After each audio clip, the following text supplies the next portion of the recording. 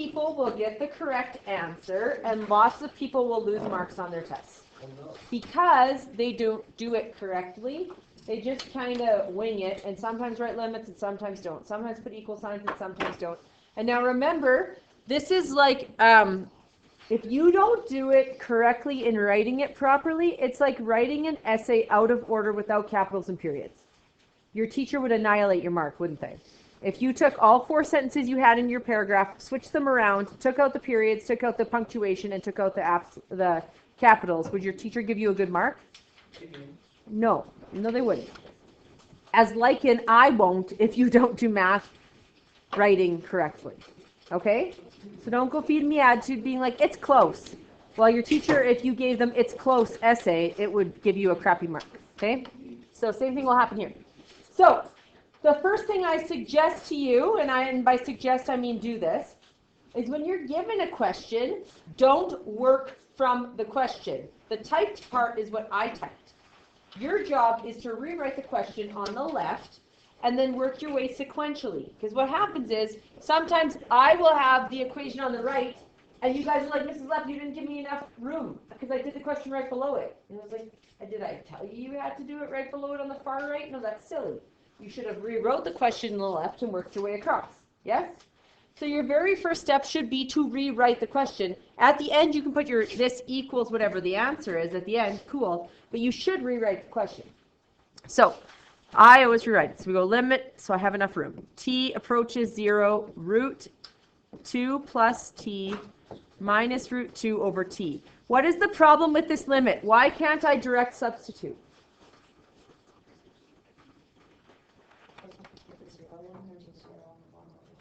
Right, and there's 0 in the bottom of the fraction, and 0 in the bottom of the fraction means I'm dividing by 0, which is illegal everywhere, even in Mars. I believe. I haven't been there, but I would assume it would be. So, whenever we're given a radical, the first thing we do is multiply by the conjugate. So, we write our conjugate beside it. Now, once again, when we write the conjugate, you can't just put it here and put an arrow, or just put it on the top. You can't do that either. You need to rewrite it twice, because that's proper math. Now, I told you that the students that remember to not multiply the two that are not conjugates together will get this question right 99% of the time. The people that try and FOIL this denominator in will get stuck. Because this here, this t here, is our issue.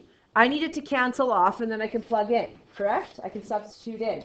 So if I distribute it into here, I'm going to have problems. So I need to get that t to cancel off. So I leave it separate, leave the other one separate. So I only ever FOIL together my conjugates.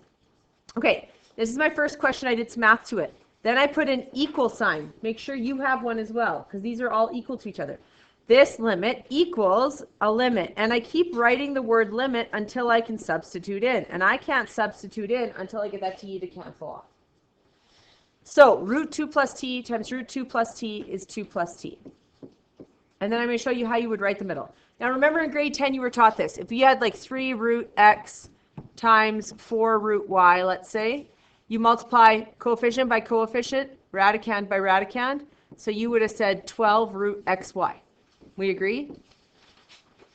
Did I have to write 12? No, I could have wrote 3 and 4 multiplied in brackets beside each other. It's the same thing, right? But outside times outside, inside times inside. So here I would just get minus, if I do the inside, I would get 2 times 2 plus t. I just wouldn't put them together. I would just leave them separate because they're going to cancel off. And then the outsides, I'm going to get plus 2 times 2 plus t. And then they cancel, which is what they're supposed to do if you multiply by the conjugate. It gets rid of your middle terms, correct? You get a positive of 1, you get a negative of 1, and they cancel. That's the point of multiplying by the conjugate. And then negative root 2 times root 2 is minus 2. All over, don't put the two that aren't conjugates together. A t, and then root 2 plus t plus root 2. Now, anything without a t should cancel, so the 2 and the negative 2 cancel. Now I'm left with just a t in the numerator. So this t cancels off, and so does this one. What am I left with in the numerator if it all cancels off? A 1, right? It doesn't just go away. I'm left with a 1. So now I have 1 over. Is my t gone? Is the issue gone? Yes. So now can I substitute in? And when I substitute in, do I need the word limit? So that's why I dropped it off. So now I have 2 plus 0, root 2 plus 0 plus root 2. You have to show this step because it's the step that shows that you're filling in the 0. And then we get root 2 plus root 2. What's root 2 plus root 2? 2 root 2. Done.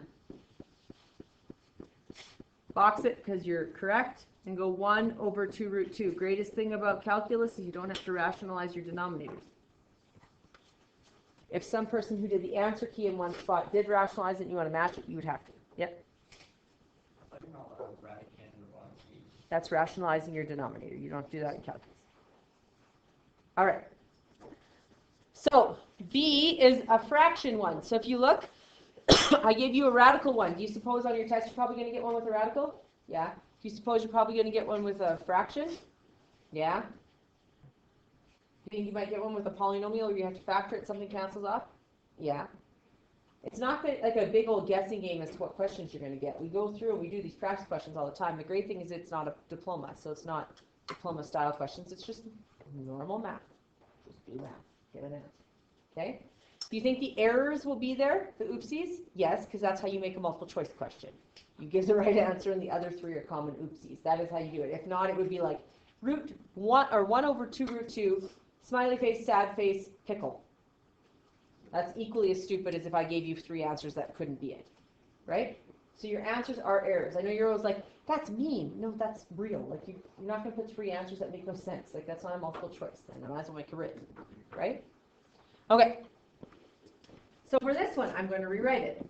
The limit, and I don't need an equal sign when I rewrite it.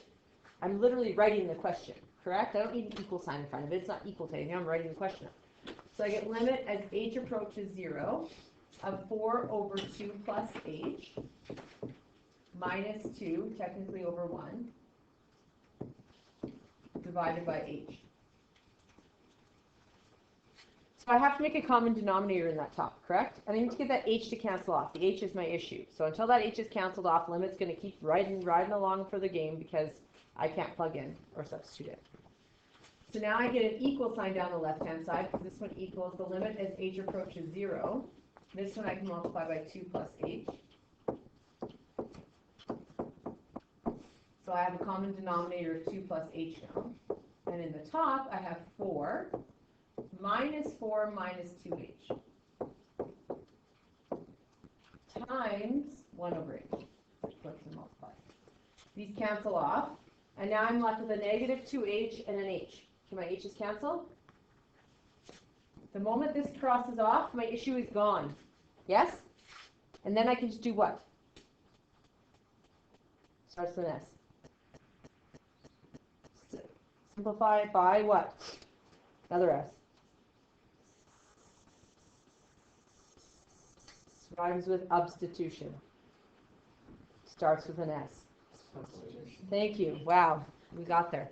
Okay, so we're going to substitute in. Oh boy, guys, the guy literally spelled it for you. Yeah, okay, cool. All right, so we have a negative 2 in the numerator, and in the denominator we have 2 plus 0. So it equals negative 1. Box it because you're right. Put in negative 1 there.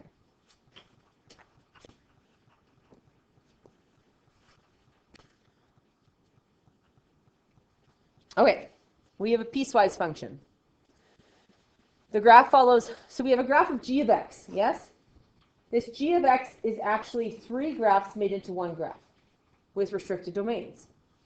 So this g of x graph represents the cubic function when x is less than 0, not equal to, less than. So I go up to 0 and make an open dot. Then it follows the quadratic, parent function quadratic, x squared between 0 and 1, inclusive, so close dots. Then it follows the downward quadratic, the concave down. Once I'm at 1 and further on, open dot at 1, right? Okay. So I can ask this in numerous ways. I can ask you to graph it. Do you think on a test I'm going to make you graph a piecewise function? Yes. If you think I'm not going to, you're wrong. Okay, cool. Do you think I'm going to give you graphs and ask you for limits off of it? Yes. Do you think I'm going to give you a piecewise function equation and ask for the limits off of it algebraically? Mm-hmm. Do you think I'm going to ask for continuity? Yes. all curriculum outcomes. I'm just asking for the curriculum, okay? Calculus is nice because it's just curriculum. You get questions about the curriculum. It's nothing like, not like a trig embedded in a log and you have to like figure out how to do that while it's rotating around some sort of circus instrument. And then someone's doing some cartwheels in front at a velocity of, I don't know, and then they jump backwards and it shifts one to the left. And then on top of that, you're on top of a little mouse and the mouse is running at a speed of 37.5 kilometers per hour. It's a very fast mouse. And then the mouse jumps and increases your sinusoidal curve because you're also in a circular object going around at a period of 2 pi 0.7. And then I just want you to tell me, I don't know, I want the non-permissible values. Like, it's not that. It's just this. It's just, see, not so bad. You think your 30-1 questions were hard. That could have been that. Yeah, right? It could have been awful. A mouse named Gus. I'm going to make a question about that. All right. Note to self for next semester. All right. So here we have the limit as x approaches 0 from the left. From the left just means less than, right? Some of you guys are still graphing it in order to figure out limits. You don't need to graph it. If it's the limit as x approaches 0 from the left, we just need to pick the less than equation. So I'm going to rewrite the question because that's what I do. 0 from the left of g of x. G of x just happens to be this whole thing. But they're asking me 0 from the left. So I need to use the equation of the 3 that represents x is less than 0. So it's the top, the middle, or the bottom equation. Yeah. So it's going to be this one because it's the less than 0. So I rewrite it with an equal sign. Do you see this equal sign? It's crazy. And then you go, come on, board. You go limit, oh my gosh, limit as x goes to 0 negative.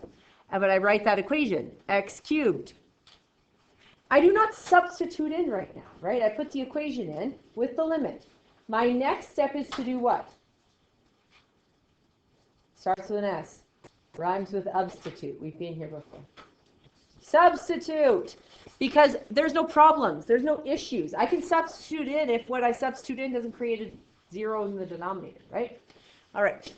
So next step, I substitute in, so the limit goes away. I get 0 cubed, which is 0. So the limit from the left is 0. So as I'm approaching 0 from the left, I hit 0. Is it a closed or open dot? Open because it's not equal to, correct? Do I actually care, though, what the value is at 0? No, I care what it's approaching from the left. Okay, then we have approaching from the right. I rewrite it. The limit as x approaches 0 from the right of g of x equals, from the right is greater than, so now it's going to be this equation. So I rewrite it again. The limit as x approaches 0 from the right of x squared. Then I substitute in 0 squared, which is 0. So now it's approaching 0 from the right. Is it a closed dot or open dot? It's closed because there's an equal to sign, right? And the closed actually trumps the open, so it fills it in. So the graph hits 0, goes through 0, comes out 0. Oh, it looks like it's continuous there, doesn't it? Okay. So what's the limit as x approaches 0 of g of x? 0. And how did I prove it? From the left and from the right, it approaches the same thing. Okay? With piecewise functions, you always have to do a left and a right to prove that that actual value exists. Okay? All right. Now we have the limit as x approaches 1 from the left.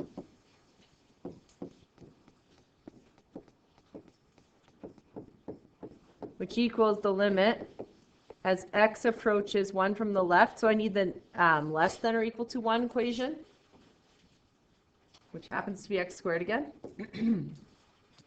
And then I'm going to plug 1 in, substitute it in because I can now, and I get a 1.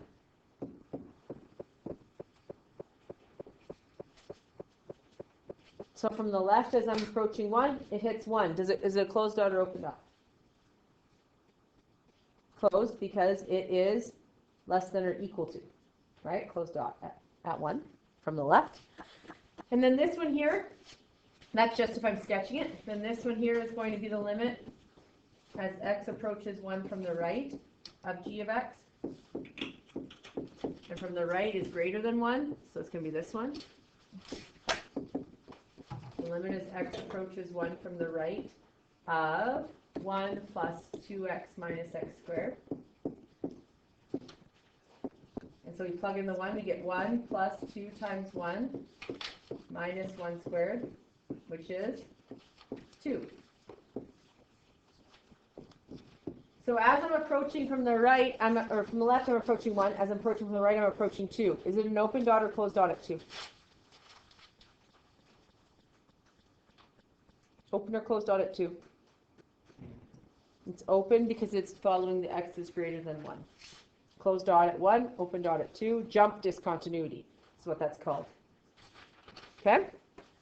So from the left, it's approaching 1. From the right, it's approaching 2. So the limit at 1 is what? Not a trick question. What is it? Does not exist. If they do not approach the same thing, then this does not exist. Okay. We're going to sketch the graph. So we have to sketch, technically, 3 graphs with restricted domains. Yes? Our first graph is the cubic function. It's x, and then x cubed is my y. And it says I'm allowed to use this for less than 0. So I still find 0. I just have an open dot on it, right? So you still use your endpoints as to where the domain butts up to, but it might be an open dot if it's less than, or a closed dot if it's less than or equal to. Okay, so it has to be less than 0 for this equation. So I do 0, -1, -2, 0 cubed is 0. Okay, so we have 0, 0, open dot because it's not equal to. So we do a big open dot. -1 cubed is -1, -1, closed dot. -2 cubed is -2, -8, closed dot. 2, 4, 6, 8. Boom, we have one piece of our graph. We agree? It's part of a cubic. Okay, the next part of our graph is the x squared from 0 to 1. I'm going to do that. So I do a new t-table. X squared from 0 to 1. I'm going to use 0.5 in the middle. And if I look back up here, 0 and 1 are inclusive, correct? So they're going to have closed dots.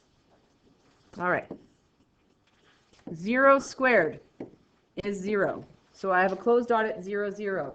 The closed dot trumps the open dot. You see how it just fills it in? And then 0.5 squared is 0.25. Somewhere down there. And then 1 squared is 1, also a closed dot because it says equal to 1 here. See, equal to 0, equal to 1.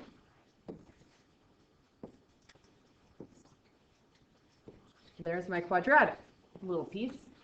And then my last equation is a lot bigger. It is the equation, go away, 1 plus 2x minus x squared. So I always just write that as my y because that is my y, right? My y is that equation. That's how I get the y. That's how you do t-tables. That's how you're taught in junior high with much less complex functions. But this one is from 1 and higher. So I still use 1. I just put an open dot, correct? So some people are like, I can't use 1. It doesn't say equal to. Yes, you can. You just have to have an open dot. That's the starting point. It doesn't start at that exact spot, but it starts right up to it. So I plug in a 1. I get 1 plus 2 times 1 minus 1 squared, and I get 2. So I have 1 and 2 open dot. Then I can do a 2. I get 1 plus 2 times 2 minus 2 squared, and I get 0. Does anyone know the rest? Someone gave it to me last class, and I'm over there. 3 and something? 3 and negative 2. 4 and? And then 5 and 4 and what? 4 and negative, is it 4 negative 5? And then 5, does it go off? No, you guys aren't speaking to me, so I'm going to stop there.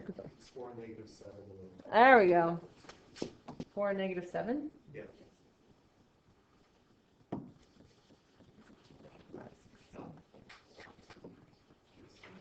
Pretend that went through there.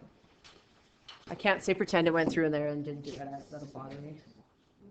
There. So, did I need to graph this to know that it was discontinuous at 1? No. Remember continuity, and you're going to write this because when I ask you something is continuous or not, remember with continuity, if something is continuous, you have to show me that the limit as x approaches c of g of x equals g of c. C being any number, correct? You have to prove to me that the limit and the value at that function are the same. And that should make sense to you. Because if the limit and that function are the same, then from the left, I'm approaching the same thing. When I hit that value, I'm approaching the same. I have that value. And then as I go from the right, I leave from the same value, right? So that means continuity. Left approach, fill in, and when it's at that function, carry on. Right? So if the limit and the value at c are the same, that means from the left and the right, I'm approaching the same thing, and at c it's that. If I want to prove that something is discontinuous or not continuous, I just prove that they don't equal. The limit as x approaches c of g of x doesn't equal g of c. And that happens when a limit doesn't exist, for example. If a limit doesn't exist, it fails immediately, because from the left and the right, it's not approaching the same thing, right? If g of c doesn't exist, it fails immediately. Yeah? Would you be marked wrong if you wrote it as, like, the limit of g of x as x approaches c from the left is not equal to the limit of g of x as x approaches c from the right? Like, could you just state that the limit doesn't exist to show that it's discontinuous? That's discontinuous? No. Oh, that will show that it doesn't work as well, but you should always finalize yourself with this statement. Okay. Either the limit and that value are not the same, or the limit and the value are the same. Okay. Because that's really the true telltale, is it continuous or not, right? And if your limit doesn't exist, it immediately is done. Because from the left and the right, you're not approaching the same thing. So you could just say from the left and the right, I'm not approaching the same thing, therefore it's not continuous. But I always like finalizing with that so I don't forget that when it is continuous. So this one, if I say the limit as x approaches 1 of g of x does not exist, and that g of 1 is what? What is g of 1 on this graph? What is g of 1 on this graph? There's a lot of people not paying attention. What is g of 1? 1, it's the closed dot, correct? G of 1 is 1, it's just closed 1.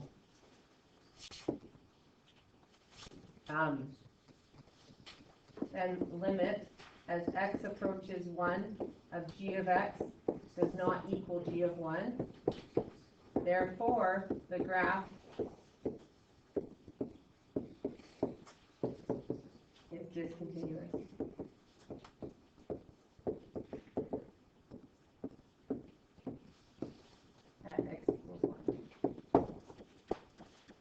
I want, when you go to calculus in first year calculus, your prof is like, holy crow, these kids know exactly what they're doing, they write everything perfectly, and then they look at someone else who's next to them, it's Etch-a-Sketch, and then you just get full marks because yours is pretty and done properly. And they don't even think twice. And then Etch-a-Sketch, they have to figure out what the heck that is because they don't have a limit written on their page. That's my goal. Okay? Over-prepared, not under-prepared. That's what we want. Because the curriculum is the same in first year calc. All right. So, guys, I want you to put your pencils down for a second. I want you to pay complete attention. So everything is down. You're just paying attention so I don't lose you. So we're almost done limits. We have infinity, limits to infinity, and we have trig limits still left. But what the next unit is all about finding first derivatives. It's a whole unit on how do we find first derivatives. Well, what the heck does the first derivative give me that I even care to find first derivatives? Because the whole next unit, we're literally just finding first derivatives throughout the whole thing. So you're paying attention, you're not writing anything, everyone's just watching. So the first derivative can, if you are given f of x equals something, let's say, f prime of x is the first derivative. You're not writing any of this down because I'm preempting you. This has absolutely nothing to do with what we're doing right now. It's just that when we go to do the question we did, you'll understand why the heck you get x's and stuff like that. When you do the first derivative, it gets you the tangent slope of a particular point. Okay? Now paying attention. We're just paying attention because I need you to understand what the heck we're finding. Okay? So say I gave you this quadratic. I'm not even drawing it on a Cartesian plane because I don't want you to reproduce this. I just want you to pay attention. Now, tangent slope is, and you talk about tangents a lot in grade 9 in circle geometry. You guys had tangents on the outside of a circle. Tangents are just a dot that crosses through in one spot. Secant goes through more than, you'll have a line that can go through more than once. A tangent just touches once on that graph and carries on. Okay? So a tangent to this particular dot that I just put could be like this. See how it touches once and then it carries on? What we're going to be doing is we're going to be finding out what the slope is at this point so that that line just touches and carries on. Because finding the slope will help us find out where the graph increases or decreases, where we have maxes and mins, points of inflection, all that jazz, which is the third unit. We learn how to graph graphs without a calculator. Learn to graph a graph knowing you'll now take way more, you'll love your calculator way more because you'll know all the work that it does to get you a graph. When you're really mad and it takes you that extra 3 seconds because it draws a little slow and you're mad at it. You won't be mad anymore. You'll be like, thank you for drawing a little slower, and I don't have to do this. You will appreciate it. You will feel true love for that calculator. Okay? So what we're doing is we're finding a tangent slope. So when you look at that first one, don't pick up a pencil or anything, but when we look at this first one here, you will get an answer at the end that is f prime of x, which we haven't talked about yet. You'll find f prime of x, and when you get your answer at the end, it's going to be negative 6x plus 4. That is going to be your answer at the end. Okay? You're going to be really mad at me when I teach you power rule, and you can do that in like that fast without the principle. That's fine, though. You need to know how to do the principle because they're going to test you on it. So this isn't like a half. This isn't 7. This isn't negative 3 over 2, which would be what a slope would be, correct? A slope is just an answer, like 7, 9, a rise over a run, correct? I didn't give you a coordinate to find the slope at, though, did I? I'm just asking for the general tangent slope. So this negative 6x plus 4 is the general tangent slope of that. If I want the tangent slope at the point where x is 2, I'd plug a 2 in, I'd get negative 12 plus 4, and I get negative 8. Okay, the slope, the tangent slope at the point 2 and something is negative 8. So what we're finding when we're doing this is we're finding the general tangent slope. I can give you any x, and you could input it like that and get me the new tangent slope out for that x. Like 3, punch in a 3. Now you give me the tangent slope for 3. 8, plug in an 8 and give me the tangent slope at 8, right? So we have x's in it. It's what we're finding right now is the general tangent slope. So that I can ask you, give you any coordinate, and you could give me the slope at that point. So if I said the point 6, 3, you plug in a 6, you give me the tangent slope. Okay? So right now what we're finding when we're doing this gives us, and you can pick up a pencil again if you'd like, the general tangent slope.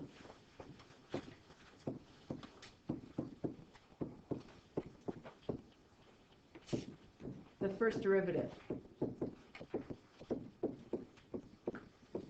Remember in grade 11 when you would give the general equation for a sequence? You find the general equation, and then I'd ask you what was term 7, and you could just plug a 7 in, and poof, you'd have term 7. It's the same thing. This is the general slope. If I want at the point x equals 9, poof, you plug in 9, and now you have the answer. So it can get you the tangent slope of a whole bunch of points on that graph really quickly now. So we use Newton's first principles, or we use this formula. So how do we use this formula? We're going to go f prime of x. So you won't have that yet. I'm just showing it to you now. So make sure you put f prime of x equals. Okay? Because that's what we're going to have, f prime of x equals. Every time you do this, you're now finding the first derivative. So write f prime of x in front of all the work you've done in the very first step. The other thing is, if you do the f of x plus h off to the side, which I will do, I've showed you that's how I do it. If you do the f of x plus h off to the side, you can't just start doing it without anything. you want to input it in for f of x plus h, correct? So off to the side, when you go to do this off to the side, you have to go f of x plus h equals, and then find out what x plus h is. Some of you are just doing some math off to the side, and then you're inputting it for f of x plus h, but you never told the person marking it that that's what you're doing. Off to the side, I'm finding what f of x plus h is simplified, correct? So I go f of x plus h equals. Then I'm going to put it into my formula. So I go negative 3 x plus h squared plus 4x plus h minus 2. F of x plus h squared is just x plus h times x plus h. So instead of writing that squared, so you have to remember to get that middle term, which is the 2x plus 2xh. So we're going to get negative 3 bracket x squared plus xh plus xh, so plus 2xh plus h squared plus 4x plus 4h minus 2. And so I get negative 3x squared minus 6xh minus 3h squared plus 4x plus 4h minus 2. So now I have stated off to the side that f of x plus h can be represented by that. Correct? So now I can go and do my formula. My formula is the limit as h approaches 0 of f of x plus h. I did all the work over there, so I can just rewrite it. So I get negative 3x squared. I don't know why that just switched colors, but okay. Minus 6xh minus 3h squared plus 4x plus 4h minus 2. And then, bless you, I have to remember to subtract all of f of x. So you can go minus and then put it in brackets and then distribute it through. Or you can minus all of f of x right off the bat and bypass that brackets with a minus sign. Right? So I'm going to minus this f of x. So I'm going to minus a minus 3x squared. So I'm going to get plus 3x squared. And then I'm going to minus a 4x. So I get minus 4x. And then I'm going to minus a minus 2. So I get plus 2 all over h. And h is still a problem, isn't it? H is my issue in this formula every single time. So I told you that you know you didn't make an oopsie if the next step is to cancel off everything that doesn't have an x or an h. If everything without an h doesn't cancel off, you oopsie. Because I want to be able to take a GCF from an h out. Right? So I am going to go negative 3x squared, that's an h, 4x minus 4x, an h minus 2 plus 2. And then I have an equal sign running down the left-hand side. The limit as h goes to 0.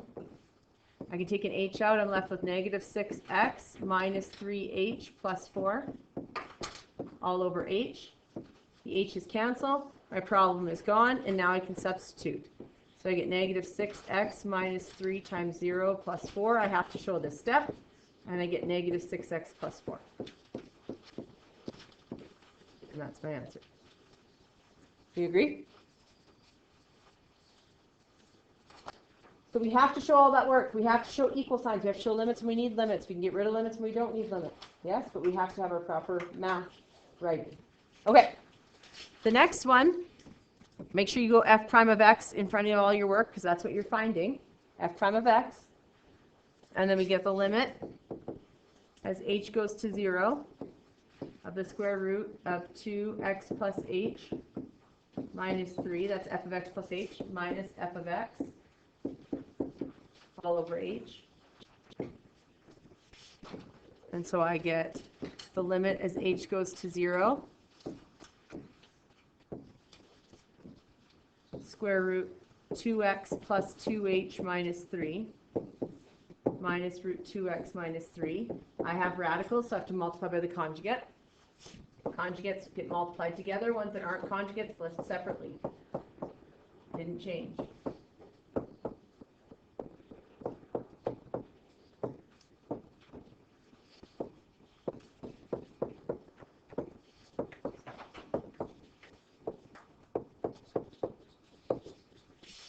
Distribute the numerator because they are conjugates.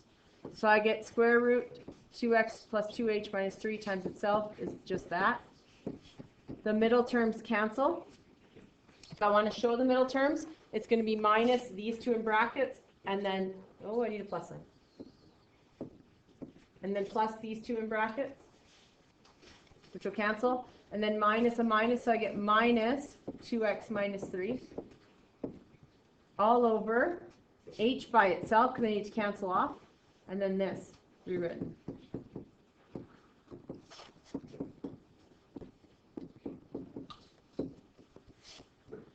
So if I distribute the minus sign through, I'm going to get the limit as h goes to 0 to x plus 2h minus 3 minus 2x plus 3 all over h root 2x plus 2h minus 3 plus root 2x minus 3.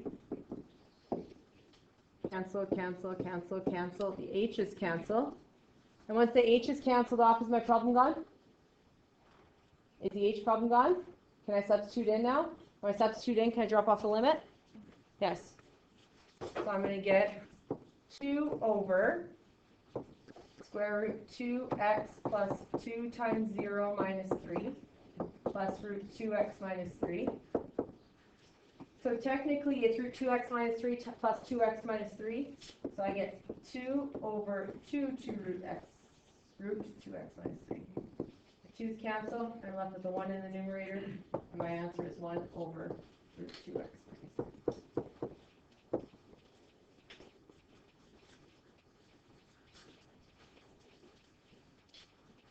C is the fractiony one, which is a super fun situation. I'm going to do f of x plus h off to the side. So I get 2 over 3x plus h minus 1. So it equals 2 over 3x plus 3h minus 1. And then I'm going to do the math. So I go f prime of x, because I'm finding the first derivative, is the limit as it's supposed to be an h approaches 0 of f of x plus h minus f of x all over h. So I need a common denominator, correct? So when I need a common denominator, I just multiply them by each other. So I get 3x minus 1, 3x plus 3h minus 1.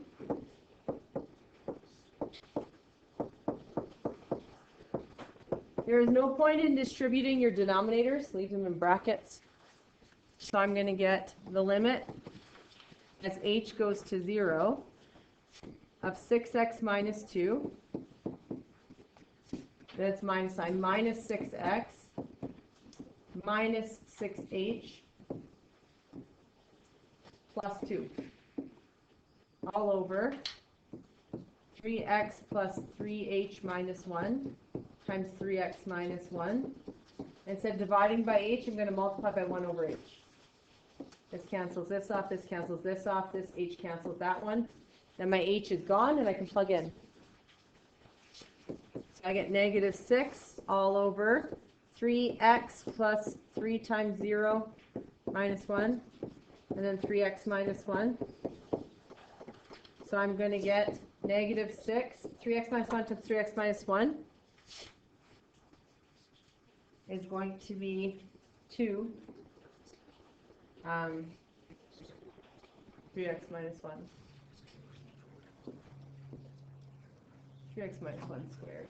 Ooh, scary. I don't know what I was writing there. Yeah. Do you think you'll have one of each of those types, possibly, on a test? A radical, a rational, plain old polynomial. You have at least 2 of the 3, right? Okay, the last thing we're looking at is intermediate value theorem. Okay, pencils down because we're going back through intermediate value theorem because I feel like some people just didn't get it. All right. Intermediate value theorem follows 2 rules. 1, The function has to be continuous in the domain that they give you. So it could be a function that is actually discontinuous. It could be a rational function that has an asymptote, correct? But the rational is continuous from the function from like 1 to 2. That's totally fine. So the function itself doesn't have to be continuous, but the function has to be continuous in the restricted domain. So sometimes a rational graph has an asymptote at x equals 1, right? But I'm asking you from 3 to 5. Well, that's totally fine. The graph is continuous between 3 to 5. Okay? So we need continuity, and then we need our endpoints to be below and above whatever the heck they're asking us to find. So what we've done so far is I've asked you for roots. A root or a 0 or an x-intercept, all the same thing, correct? So if one of your endpoints was at y equals 1, so if one of your endpoints was at y equals 1, it could be anywhere along here. I don't really care where it is, correct? And if your other endpoint is at y equals 6, which could be anywhere, I'll put it here, okay? And the graph is continuous between these two y values. Will it cross through the x-axis at some point? If this is your furthest left and this is your furthest right, if this is your furthest left and this is your furthest right, I meant to say y equals -1, that didn't make any sense. Will it cross through the x-axis at some point? Yeah. If it's continuous, it could do this. It could go straight like this. It could go like that. It could curve. If it was irrational, it could hardcore curve. Either way, at some point, it's going to have to cross through that x-axis, right? So with the intermediate value theorem means that a value between two places, if the graph is continuous, is going to cross between all of those y values. So not only do I know that a root exists on this graph, I also know that every y value technically between -1 and what exists? -1 and 6, right? So they could ask me, does y equals 2 exist on this graph? And you'd say, yep. A line y equals 2 totally exists on this graph because everything exists. There's got to be somewhere, a point that exists between -1 and 6. Y equals 5. Could y equals 5 exist somewhere on this graph? Has to. Because if it's continuous between -1 and 6, it's going to have to cross through -5 at some point, or at +5 at some point. Would 8 exist on this graph? Y equals 8? Could it exist? Yeah. Yes. Does it exist for sure? No. So some people will say 8 can't exist. Could 8 exist? Yeah, the graph could do this. 8 could exist.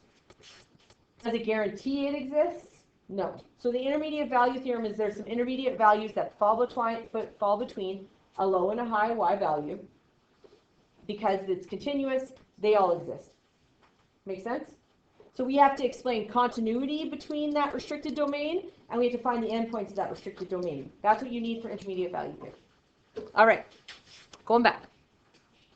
So here it says, show that the equation has a root, so an x-intercept, on the given interval, using intermediate value theorem.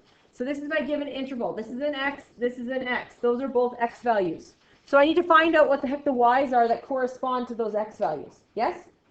So I'm going to do f of 1.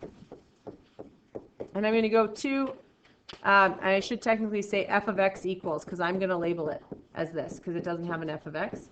So I'm labeling it.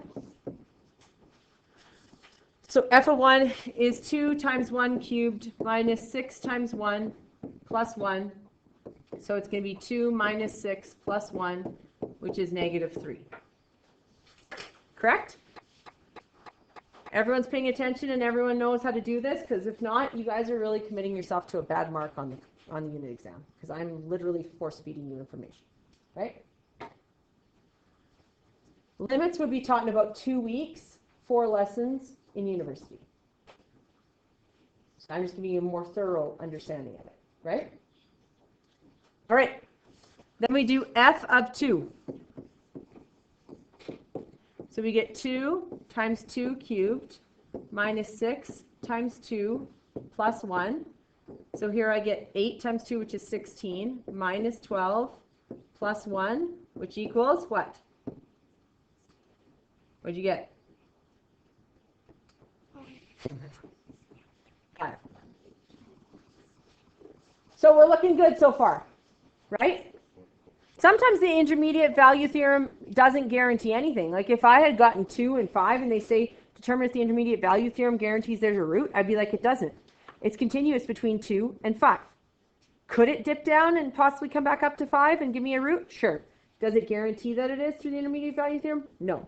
So sometimes no, it doesn't guarantee it. Sometimes yes, it does. Okay, so I have proven so far that the left furthest input has 1 and -3. The right furthest input is 2 and 5. Does that guarantee that there's something in between if I don't do any more explaining? What else needs to be explained? Cool, I have a low value, I have a high value. Awesome. How do I guarantee that? But how do I guarantee that? What else do I have to explain? Talked about it, sorry. Yeah.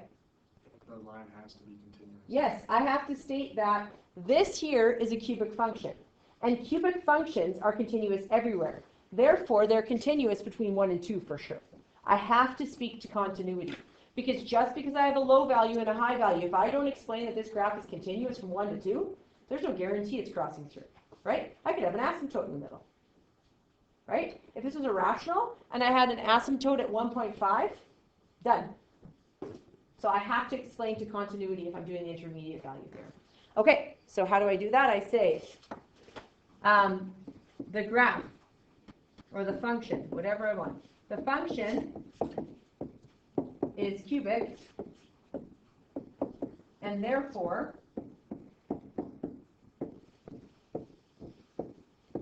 continuous everywhere. And I always have to express my continuity specifically. Oh my gosh, I'm struggling. Specifically between the domain that they gave me. Okay, so the function is cubic and therefore continuous everywhere, including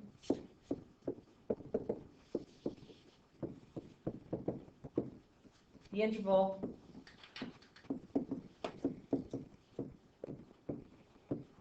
one, 2.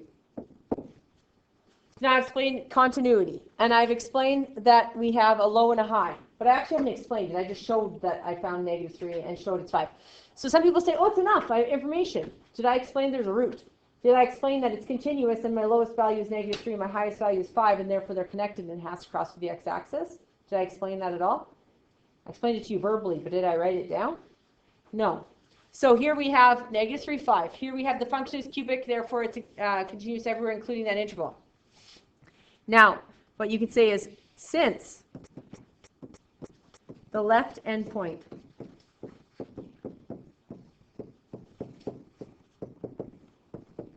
is 1, 3, 1, -3, which is below the x-axis,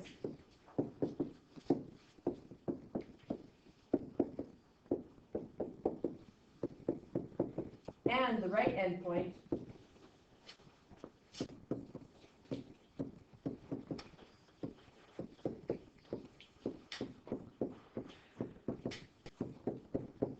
is 2 and 5, which is above the x-axis,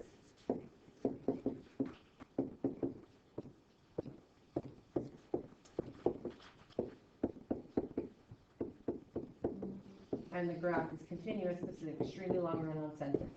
You're welcome. And the graph and is continuous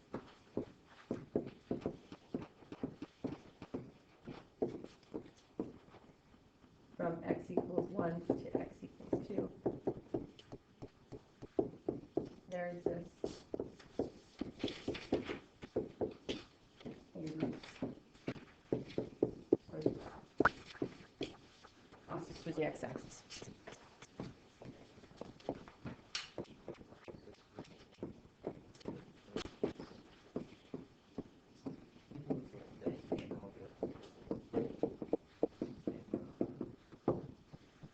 Now you can do it in your own words, that's fine, but you need to explain that there is a low value on this endpoint, there's a high value or a high value on this endpoint, and a low value on this endpoint, and it's continuous, and therefore it has to cross through the x-axis. One's below, one's above, right?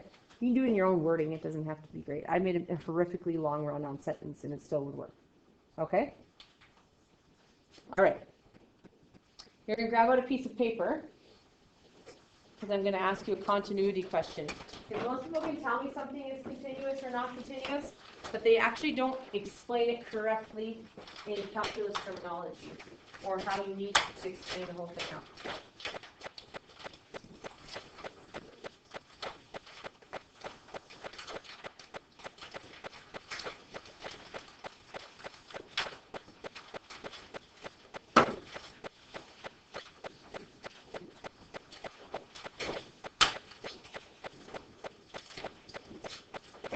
So here's one question, then we're moving on to something new. So this is g of x. G of x is made up of 4 different equations with 4 different restricted domains that make up this graph. Okay? The first equation is 2x minus x squared if 0 is less than or equal to x is less than or equal to 2. So this graph actually doesn't exist below 0. Okay? This graph starts at 0. That's it. Then it follows the equation 2 minus x, so a linear equation, if 2 is less than x is less than or equal to 3. So between 2 and 3, it follows this linear equation. Then it follows this linear equation, x minus 4, if 3 is less than x is less than 4. And then lastly, it follows this constant function, a constant function of pi. So it literally is just the equation at 3.14, horizontal line, if x is greater than or equal to 4. So this graph starts at 0 and then carries on past 4, a horizontal line at 3.14. 159, blah, blah, blah, blah, blah, blah. Okay? I want to know where this graph is continuous or not. So what is that indirectly asking me to look at? What values? Your shared values, correct? So what are the shared values? 2, so I'm going to go from left and right, see if that limit exists. 3, see if that limit exists, and 4. Why do I not care about 0? Not a shared value. It should literally start there. There's not even a left bound into it. I can only ask for the right-handed limit on that one. There isn't even a left-handed limit because there's no place that x is less than 0. Okay? So I wanted you to tell me if at those 3 places it's continuous or not, and show me how you would show that. Go. We have to show the limits from the left and the limit from the right first, correct? And it's all going to be of g of x. So we have the limit as x approaches 2 from the left, and g of x would be 2x minus x squared. Then I can plug that in. I get 2 times 2 minus 2 squared, and I get 0. So that's from the left. And I have to do it from the right. The limit as x approaches 2 from the right, I use the greater than equation, which is the second one, 2 minus x. So I get 2 minus 2, which is 0. So the limit as x approaches 2 of g of x equals 0. So that's good, correct? Now I have to prove that g of 2 equals 0, though, as well. G of 2 equals what? Well, here's my equal sign. So it follows this equation. So I get 2 times 2 minus 2 squared. So it equals 0. We agree? Sometimes g of 2 doesn't exist. Sometimes the less than has just a less than sign, and the greater has a greater than sign, and g of 2 doesn't exist. You have to watch yourself. So now I have the limit as x approaches 2 of g of x equals g of 2, therefore continuous.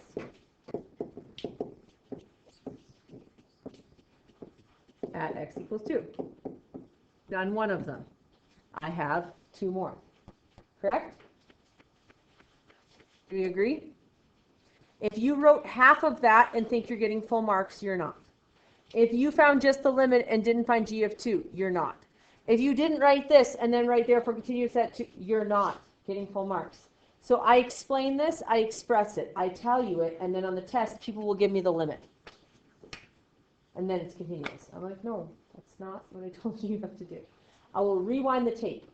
Back to February 13th, 54 minutes in. This has been a long, sucks to be people missing lesson. All right. So then, I can watch it 2 times the speed. It'll be half that. It'll be totally fine. Okay. So we will have the limit as x goes to 3 from the left, which I'm going to use this one because it's less than this 2 minus x. And I get 2 minus 3, which is -1. And then I do limit as x approaches 3 from the right, so I need the greater than sign, which is x minus 4. So I get 3 minus 4, which is negative 1. So the limit as x approaches 3 of g of x is negative 1. What is g of 3? G of 3 follows this equation because it has an equal to sign. So it's going to be 2 minus 3, which is negative 1. Remember, I told you sometimes there isn't an equal to sign. Sometimes they're greater than, sometimes they're less than, and then g of 2 or g of 3 doesn't exist, right? And then it would be completely done. You wouldn't be continuous. So once again, I have the limit as x approaches 3 of g of x equals g of 3. Therefore, the graph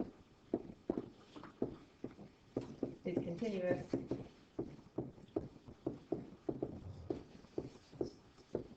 at x equals 3. And I have one more left, which is 4. I don't even know.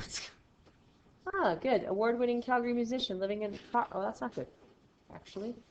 I retract that. That's a bad thing happening. There's someone winning something. Who won an award? Did you read it? It's not always good news. All right. I don't even know what button got pushed to get that to show up, so I can't reproduce it. But anyways, so we're doing from the left. The limit as x approaches 4 from the left follows that equation, which is 4 minus 4, which is 0. The limit as x approaches 4 from the right of pi is just pi. Did they match? No. So the limit as x approaches 4 of g of x does not exist. For fun, we're going to find g of 4. It's just equal to pi. So the limit as x approaches 4 of g of x does not equal g of 4. Therefore, the graph is not continuous. I'm so glad to put a box around it. Board. Not continuous at x equals 4. Now there's one question left in that last set of homework. It's like page number 36 or something. Let me see. Because I have to post the homework in that. Of your notes. Oh, you do? No. Hold on. Stop it. No. Continuity notes. Yeah, so I only made you, so I only assigned part of it. I don't remember what I assigned it to. I made you only do half of it. If you did all of it, good. If you haven't done all of it, do all of it. It's the page 120 schedule. If you did it all, you're done. If you didn't, because I said I'd let you work on some of it the next day, go for it. It's this one, page 127, numbers 3, 17 to 21 odd. Yes. 41, 43, 51, 53. So I'm going to post that one on Google Classroom, so finish it.